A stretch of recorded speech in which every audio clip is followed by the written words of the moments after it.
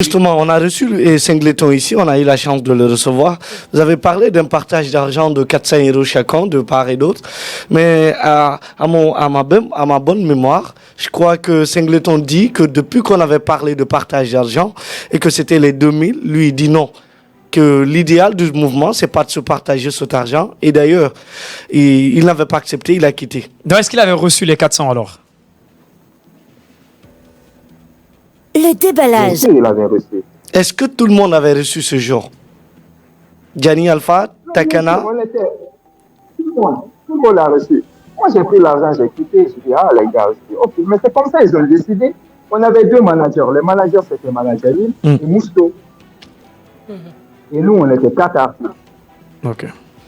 Donc, si les managers ont dit, Oui, Steve, les aspects que vous venez de relever là, d'accord, Gianni Alpha a fait de même, d'accord, on parle de jalousie, question d'acceptation, problème d'argent et tout ça. Mais sauf que Gianni, lui, il a eu quand même, on peut dire entre guillemets, le courage de pointer à un moment donné Takana Zion dans son direct où il disait il y avait ce problème, tout ça. Parce que quand on parle de jalousie, on parle de problème d'argent, il y a forcément, d'accord, une personne dans le groupe qui a le problème. C'était qui vraiment le véritable problème du groupe? Le déballage.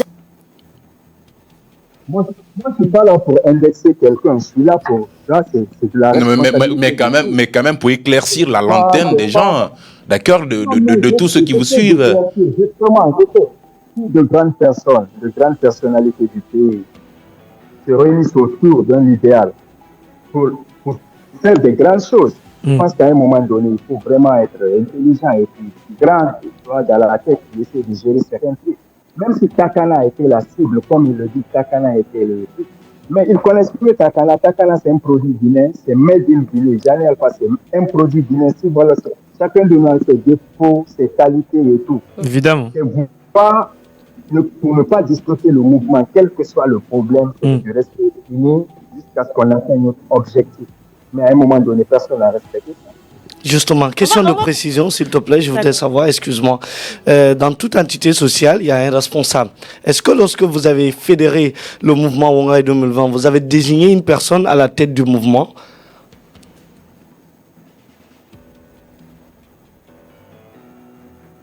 Nous, on s'est retrouvés souvent au studio pour faire les sons, parce qu'on avait même commencé à faire un album. Évidemment. On avait fait 4 sons, il y avait même un autre son. Donc, il y avait des managers qui géraient. Donc, on était là en tant qu'artistes. Et moi, je me rappelle juste qu'on avait 2 managers. Donc, si 4 artistes se retrouvent avec 2 managers et que rien n'est géré, je pense que ce n'est pas de la responsabilité de tel ou tel ou tel, c'est tout le monde. D'accord. Alors, merci. Oui, tu as une autre question. Vous avez une autre question de précision. Moi, j'ai une question par justement, moi, la question que je veux poser, est-ce que selon vous, la dislocation de ce groupe n'a pas commencé depuis le salon de KPC lorsque vous étiez venu le remercier, alors qu'il vous a dit non, je n'ai pas donné les gars, j'ai pas donné 2000, j'ai ensuite redonné 5000 euros. Est-ce que c'est pas à partir de là qu'a commencé les bisbilles, les suspicions, les doutes et les petits conflits dans le groupe? Non, le mouvement même, ça s'est disloqué à Paris. À Paris? C'est à Paris. Ouais. Ok. Ouais, c'est à Paris parce qu'on est allé à Bruxelles, Takana devait aller à Jamaïque. Okay. On s'est rencontrés à Bruxelles, on a parlé avec Takana. Après, tu vois, personne n'était content. Tu vois, je voyais déjà que ça allait mal se passer. Et d'ailleurs, discuter encore la même chose. Discuter toujours, discuter. Donc, Ok. et là, j'ai compris que ça n'avait pas abouti. Et cette cinéaste nommée Aïcha Prési, on n'a jamais entendu parler de votre réaction de cette situation. Elle aurait escroqué d'une manière ou d'une autre un opérateur économique guinéen dans une situation d'escroquerie d'une somme qui s'élève à 3 000 euros, estimée à 30 millions de francs guinéens. Et on vous disait que vous êtes derrière tout ça. Non, selon, il a été cité par son confrère artiste. Évidemment. Oui, là, Est-ce que vous avez à répondre par rapport à ça? Moi, c'est un gars faible, il est beaucoup aussi émotif. C'est un gars très, très, très émotif. Moi, c'est ce qui a causé tout ça, c'est parce que je faisais des vidéos directes souvent sur ma page, faire des clashs, Singleton Dance, à chanter, à faire du dancehall. Là, ils voyaient souvent des pubs, je faisais des pubs. La fille qui a fait son truc, elle a fait ça. Moi, si j'ai été cité dedans, les avocats, ils allaient en parler, ils allaient m'impliquer dedans. Évidemment. Il a juste profité de ça pour nuire à mon image. Après, je l'ai été directement, je l'ai appelé, j'ai dit, mon gars, tu peux tomber dans les mains de la police à cause de ce que tu racontes, tu n'as aucune preuve. En plus, tu racontes des conneries. Après, il a commencé à rire de ça et puis même à faire les forces. Il a même parlé de ma mère. C'est ça aussi qui m'a fait mal. Parler de ma daronne sur les réseaux sociaux. Moi, je n'ai jamais parlé de sa daronne sur les réseaux sociaux. Je pense qu'à un moment donné, j'ai dit, c'est bon, je l'ai bloqué, je l'ai appelé, je l'ai dit, moi, je suis un gars de la rue, je ne vais pas t'envoyer ou chez les autorités et tout. On va gérer ça musicalement. Si tu es chaud, tu peux aller faire du son. Mais moi, je te préviens, moi, je suis ton père musicalement, tu vois. Et ça, tu le sais. Donc, moi, j'étais toujours dans l'idée de faire de la musique. Steve, on a l'impression que vous victimisez beaucoup. C'est tout le temps les autres qui vous font du tort. C'est tout le temps les autres qui sont jaloux de vous. Vous n'êtes pas le problème. Est-ce que vous n'essayez pas un peu de profiter de notre antenne pour vous éclaircir de toutes ces situations-là? Parce qu'on ne peut pas comprendre que vous soyez cité, qu'il y ait des problèmes et qu'après vous essayez de laver votre honneur. Singleton.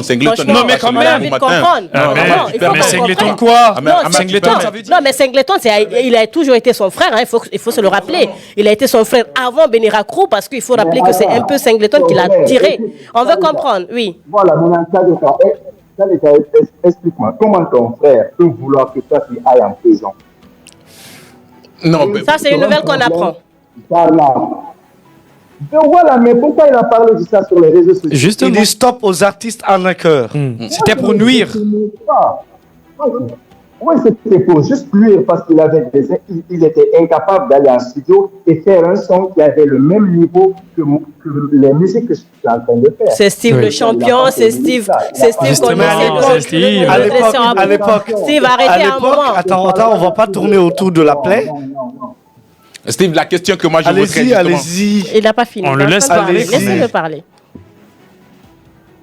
Moi, je parle juste qu'un frère qui veut te snitcher, un frère qui devient un snitch, c'est pas un frère. Et puis, c'est un problème qui n'a rien à voir avec la musique, avec les activités. Nous, on a fait... Et de quoi là-bas? Steve. Je fais de la musique, moi je suis pacifique, je fais mes trucs. Si mon frère me snitch, appelle pour me dire que je me victimise, moi je ne trouve pas de victimisation dans ça.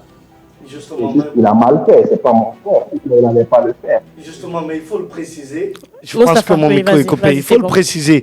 Est-ce que vous connaissez cette personne concernée à l'époque, Aïcha Prési, et comment vous avez observé la situation? Parce qu'on vous a cité. Il ne faut pas dire on vous qui. Pardon?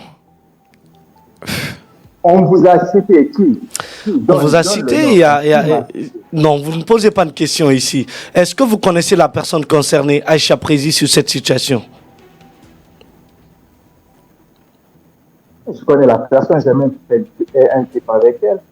Évidemment, mais dans l'affaire dans laquelle vous étiez cité, est-ce que vous aviez... Mais cité par qui? C'est ça le véritable problème. De la part de laisse-le poser la question. Excusez-moi, s'il te plaît. On va se comprendre. Vas-y, Moustapha. Dites-moi.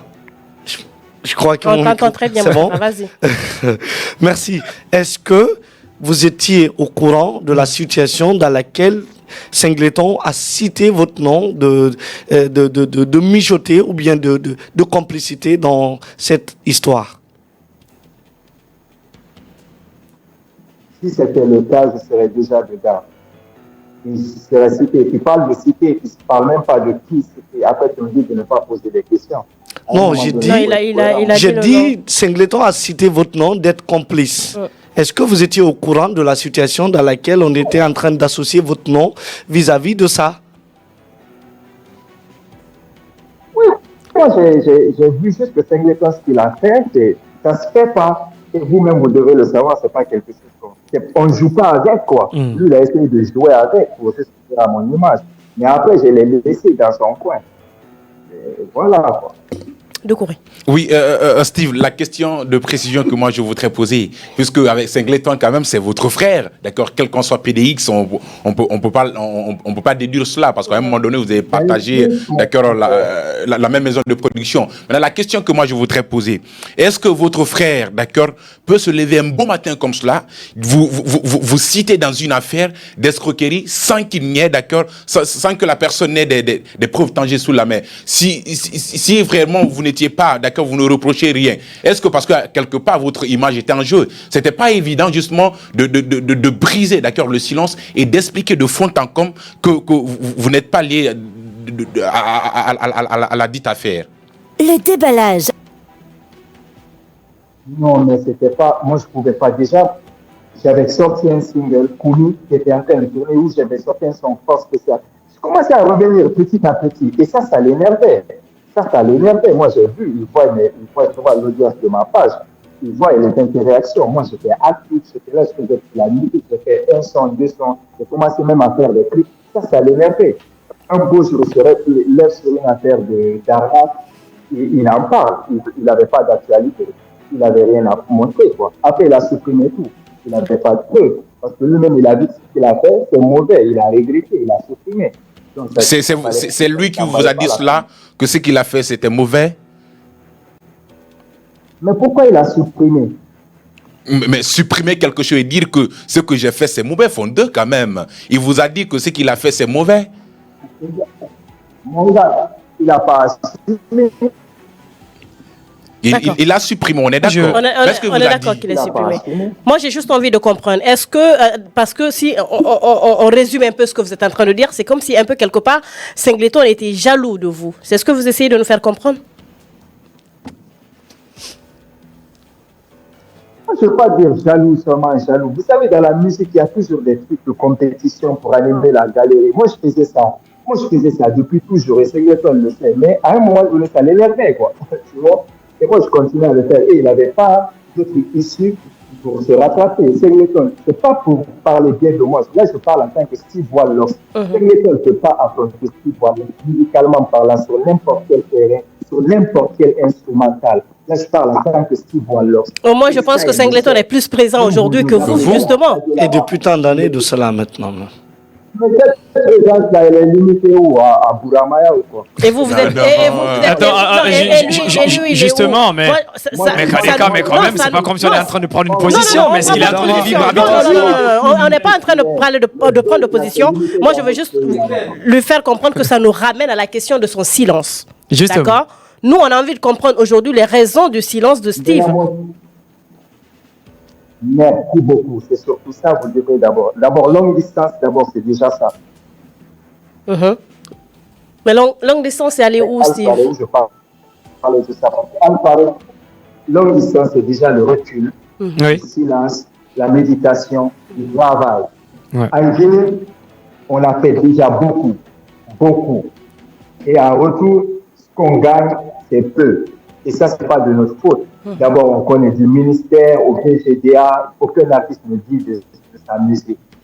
Donc, même après tout ce qu'on fait là en Guinée, c'est limité en Guinée. Ce qu'on fait à l'extérieur du pays, ça devient communautaire, guinéen. À un moment donné, qu'est-ce qu'on veut faire? C'est pour vendre la musique guinéenne ailleurs et que les artistes vivent de leur art. Qu'est-ce qu'il faut? Une politique. Vous êtes là? Travailler librement, gagner sa vie. Mais moi, je pense que ce n'est pas le moment de revenir encore parce qu'il n'y a rien. Mais qu'est-ce qu'il faut concrètement pour Steve de revenir sur le marché? Parce qu'aujourd'hui, vous êtes en train de conquérir l'international.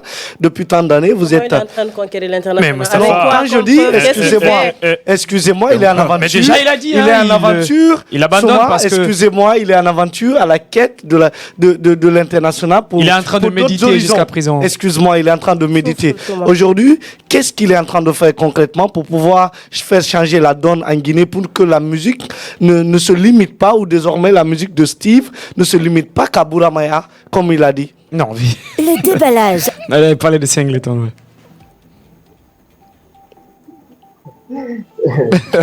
Voilà, déjà, On ne va pas aller là-dessus. Moi, j'essaie juste de travailler. J'essaie d'être concentré sur être focus. Quoi. Parce que je sais qu'en Guinée, ce que j'ai fait en 10 ans en Guinée, franchement, ça m'a permis d'apprendre, ça m'a permis de comprendre, ça m'a permis de me perfectionner. Et aujourd'hui, je peux revenir avec un album qui peut aussi m'aider à m'en sortir après, mais pas sur le plan national, mais sur le plan international, parce que je commence à apprendre. Les albums qu'on sort en Guinée, là, on les sort pour les Guinéens. Maintenant, quand un artiste décide de quitter la Guinée, travailler, se construire, se préparer, il peut forcément faire quelque chose qui dépasse la Guinée. Ouais, se former. Ça prend du temps. Évidemment. À un moment donné, si tu n'es pas avec des gens qui connaissent ta vision, qui t'accompagnent dans ça, donc à un moment donné, il faut prendre du recul, il faut travailler sur soi. Pour rebondir très